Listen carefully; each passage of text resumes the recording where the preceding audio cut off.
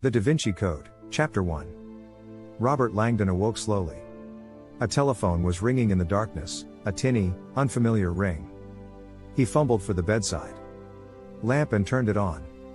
Squinting at his surroundings, he saw a plush Renaissance bedroom with Louis XVI furniture, hand-frescoed walls, and a colossal mahogany four-poster bed.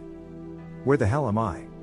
The jacquard bathrobe hanging on his bedpost bore the monogram, Hotel Ritz Paris. Slowly, the fog began to lift. Langdon picked up the receiver. "Hello? Monsieur Langdon?" A man's voice said. "I hope I have not awoken you?" Dazed, Langdon looked at the bedside clock. It was 12:32 a.m. He had been asleep only an hour. But he felt like the dead. "This is the concierge, monsieur. I apologize for this intrusion, but you have a visitor. He insists it is urgent." Langdon still felt fuzzy. A visitor? His eyes focused now on a crumpled flyer on his bedside table. The American University of Paris. Proudly presents an evening with Robert Langdon, Professor of Religious Symbology, Harvard University. Langdon groaned. Tonight's lecture, a slideshow about pagan symbolism hidden in the stones of Chartres Cathedral, had probably ruffled some conservative feathers in the audience. Most likely, some religious scholar had trailed him home to pick a fight. "I'm sorry," Langdon said, "but I'm very tired and..." "Mais, monsieur," the concierge pressed, lowering his voice to an urgent whisper. "Your guest is an important man." Langdon had little doubt. His books on religious paintings and cult symbology had made him a reluctant celebrity in the art world, and last year Langdon's visibility had increased 100-fold. After his involvement in a widely publicized incident at the Vatican. Since then, the stream of self-important historians and art buffs arriving at his door had seemed never-ending. "If you would be so kind," Langdon said, doing his best to remain polite, "could you take the man's name and number, and tell him I'll try to call him before I leave Paris on Tuesday? Thank you." He hung up before the concierge could protest. Sitting up now, Langdon frowned at his bedside guest relations handbook, whose cover boasted, "Sleep like a baby in the city of lights. Slumber at the Paris Ritz." He turned and gazed tiredly into the full-length mirror across the room. The man staring back at him was a stranger, tousled and weary. "You need a vacation, Robert." The past year had taken a heavy toll on him, but he didn't appreciate seeing proof in the mirror. His usually sharp blue eyes looked hazy and drawn tonight. A dark stubble was shrouding his strong jaw and dimpled chin. Around his temples, the gray highlights were advancing, making their way deeper into his thicket of coarse black hair. Although his female colleagues insisted the gray only accentuated his bookish appeal, Langdon knew better. If Boston Magazine could see me now. Last month, much to Langdon's embarrassment, Boston Magazine had listed him as one of that city's top 10 most intriguing people, a dubious honor that made him the brunt of endless ribbing by his Harvard colleagues. Tonight, 3,000 miles from home, the accolade had resurfaced to haunt him at the lecture he had given.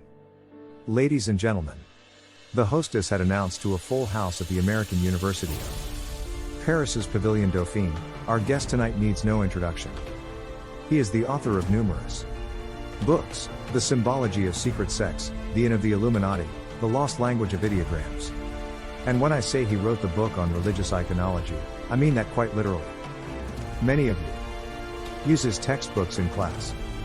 The students in the crowd nodded enthusiastically. I had planned to introduce him tonight by sharing his impressive curriculum vitae. However, she glanced playfully at Langdon, who was seated on stage. "An audience member has just handed me a far more, shall we say, intriguing introduction." She held up a copy of Boston Magazine. Langdon cringed. Where the hell did she get that? The hostess began reading choice excerpts from the inane article, and Langdon felt himself sinking lower and lower in his chair. 30 seconds later, the crowd was grinning, and the woman showed no signs of letting up. And Mr. Langdon's refusal to speak publicly about his unusual role in last year's Vatican conclave certainly wins him points on our intrigue-o-meter. The hostess goaded the crowd. "Would you like to hear more?" The crowd applauded. "Somebody stop her," Langdon pleaded as she dove into the article again.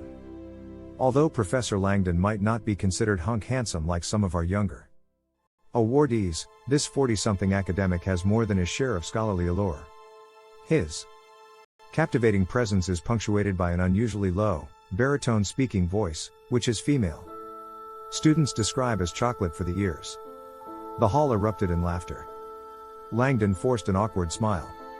He knew what came next, some ridiculous line about Harrison Ford and Harris Tweed, and because this evening he had figured it was finally safe again to wear his Harris Tweed and Burberry turtleneck, he decided to take action. "Thank you, Monique," Langdon said, standing prematurely and edging her away from the podium. Boston Magazine clearly has a gift for fiction. He turned to the audience with an embarrassed sigh. "And if I find which one of you provided that article, I'll have the consulate deport you." The crowd laughed. "Well, folks, as you all know, I'm here tonight to talk about the power of symbols." The ringing of Langdon's hotel phone once again broke the silence. Groaning in disbelief, he picked up. "Yes?" As expected, it was the concierge. "Mr. Langdon, again my apologies. I am calling to inform you that your guest is now en route to your room. I thought I should alert you." Langdon was wide awake now. "You sent someone to my room?" "I apologize, monsieur, but a man like this, I cannot presume the authority to stop him." "Who exactly is he?" But the concierge was gone. Almost immediately, a heavy fist pounded on Langdon's door. Uncertain, Langdon slid off the bed, feeling his toes sink deep into the Savonnier carpet. He donned the hotel bathrobe and moved toward the door. "Who is it?" "Mr. Langdon? I need to speak with you." The man's English was accented, a sharp, authoritative bark. "My name is Lieutenant Jerome Calais. Direction Centrale Police Judiciaire." Langdon paused. "The Judicial Police?" The DCPJ was the rough equivalent of the US FBI. Leaving the security chain in place, Langdon opened the door a few inches. The face staring back at him was thin and washed out.